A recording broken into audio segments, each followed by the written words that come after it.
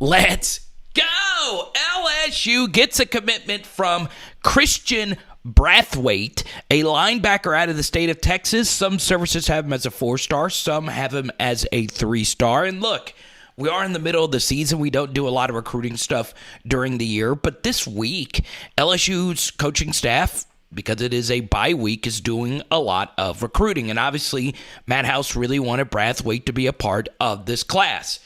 And if you are a big fan of Dave Aranda and what he did at LSU, and Aranda really liked this kid and really wanted him to be a part of the Baylor class, and this kid commits to Baylor and flips to LSU like he did over the past week, then, well, you should like this prospect quite a bit. Now, once again, I just started looking at him because a lot of this did begin to happen over the past week. But as you can see, this young man played in front, as a linebacker, he played behind, oftentimes a 3-man front. And that was just such a fun little spin move right there. He is a very fun player to watch. Obviously, I'm still very early in my personal evaluation of him. But the bottom line is the LSU coaching staff loves him, and I'm really happy that he is going to be a part of this cycle. Now, today we're going to talk about some other recruits as well. But right off the jump here, this is obviously some pretty big news. Bam! I'm looking at you. Yes, you right now. So I know you've already subscribed and rang the bell, joined our Patreon. And look, the one thing I really like about Brathwaite, just in my first initial viewing of him, is that he does play everywhere in the front seven of his defense, right? And here he is going up against Harold Perkins' former school in a really tough matchup here, right? They run this veer-ish kind of offense, so you get a bunch of different looks, and you got to read and react and all that good stuff. And obviously, you're not going to play many offenses that look like this at the next level, but I do like the fact that, you see him lined up in the edge. You do see him lined up off ball. You do see him blitzing, playing some coverage here and there. But honestly, the dude is just relentless, and right off the jump, when he gets to LSU, he will give you some special teams versatility, right? So, for me, obviously, as you look at LSU's linebacker room right now, they do have some interesting pieces. I do like a linebacker in 2024 a lot out of Louisiana that they have committed, and Xavier Debo Atkins. So the fact that you have Whit Weeks as a part of this class as well, Wes Weeks' younger brother, the linebacker crop for LSU in this 2023 cycle is going to be very good. Bam! I'm looking at you. Yes, you right now. Another one. Wait, isn't that somebody's catchphrase already? I don't know. Anyway, let's talk about some other potential big-time recruits that are out there. Now, you guys know when it comes to recruiting on this channel, we talk about the Louisiana prospects first. We're actually not going to do that today. I do think there are some players that are committed to other schools that might trend towards LSU as we move closer to the finish line. Get it? Finish line, because in the backdrop you see a track and field highlight from one of the guys we're going to talk about here in a second. But there are some players that are from Louisiana that are committed elsewhere that are seriously considering going to LSU or flipping back to LSU potentially, and we'll save that conversation for a different day. But I do want to talk about uncommitted guys that are in the top 50. Can there be another Harold Perkins type of player that is added to the LSU class? And the young man you see in the backdrop is Nyckoles Harbor, the 5-star edge, but probably will be a receiver / tight end / Kyle Pitts at the next level. So obviously LSU is doing their due diligence when it comes to Nyckoles Harbor. It was a very interesting recruitment up to this point because everybody wants him, right? Michigan's been in the lead at some point. Everyone has their idea of who is supposed to be in the lead for Nyckoles Harbor, who was supposed to have an official visit for the LSU versus Tennessee game. Obviously, LSU is crossing their fingers, hoping for the best to get this freak athlete.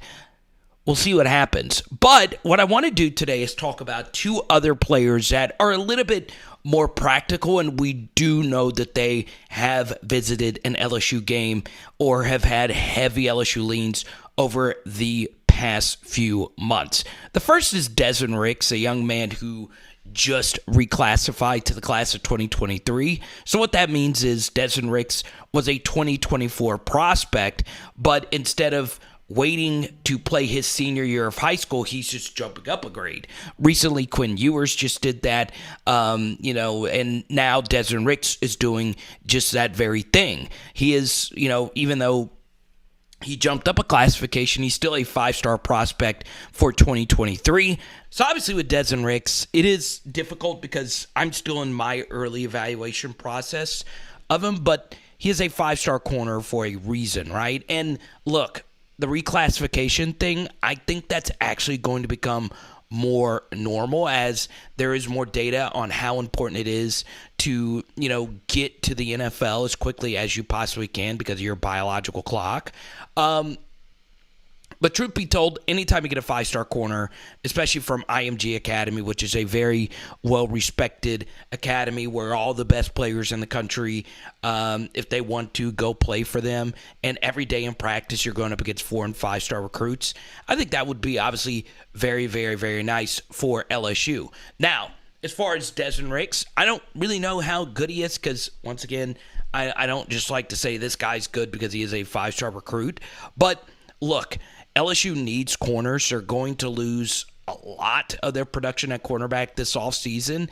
And, well, you get a 5-star, a lot of 5-star defensive backs and just 5-star defensive players have helped out LSU immediately in these recent years. So, look, Desmond Ricks, high priority here for LSU.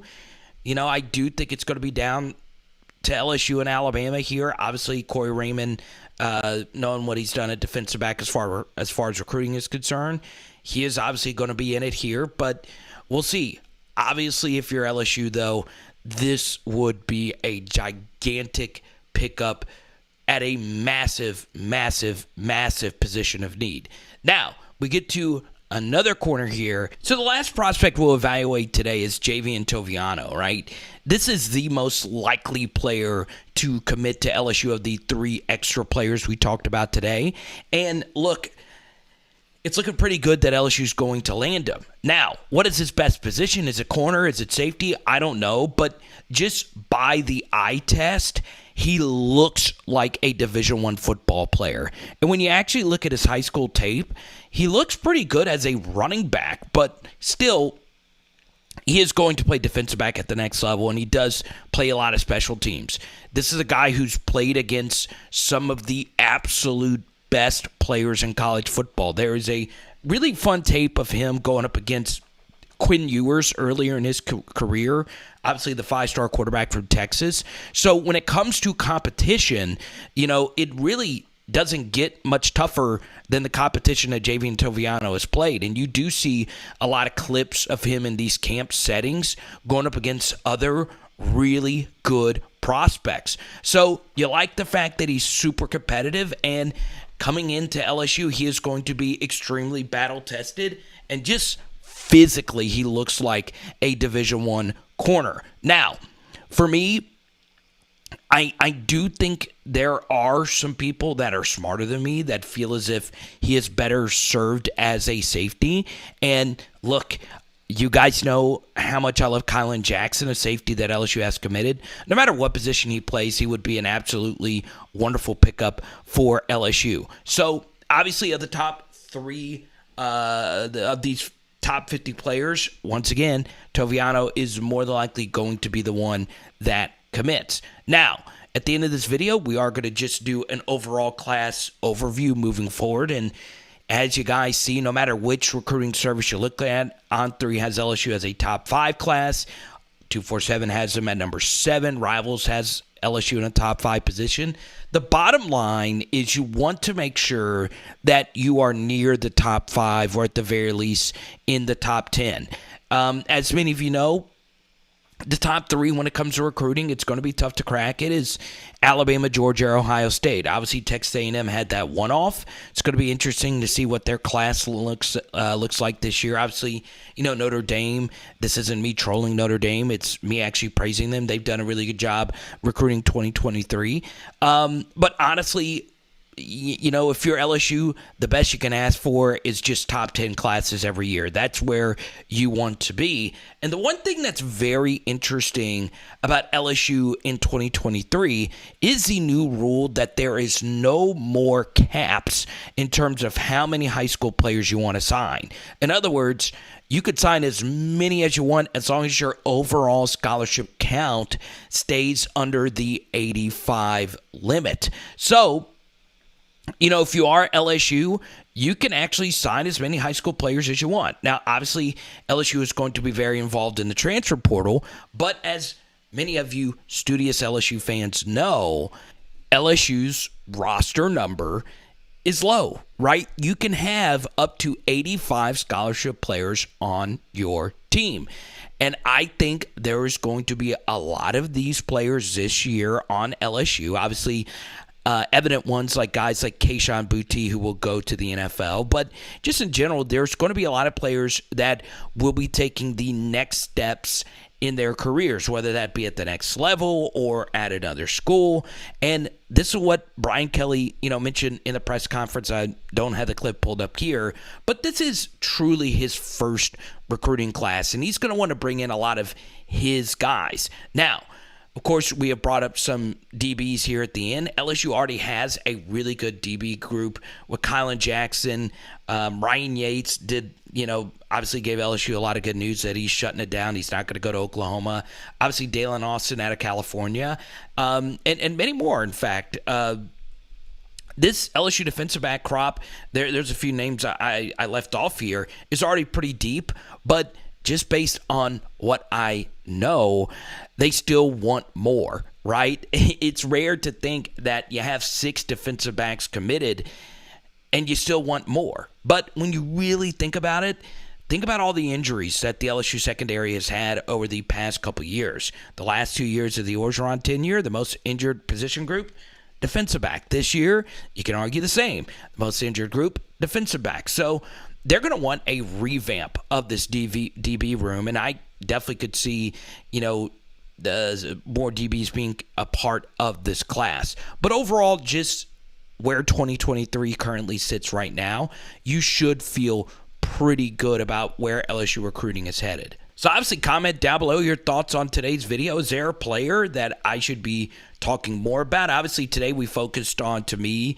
the 3 top 50 247 composite players that LSU could still pick up for the class of 2023. And obviously, the big wild card in all of this is the portal. The portal is going to be lit for LSU every year under the Brian Kelly tenure. And this is a major wild card here.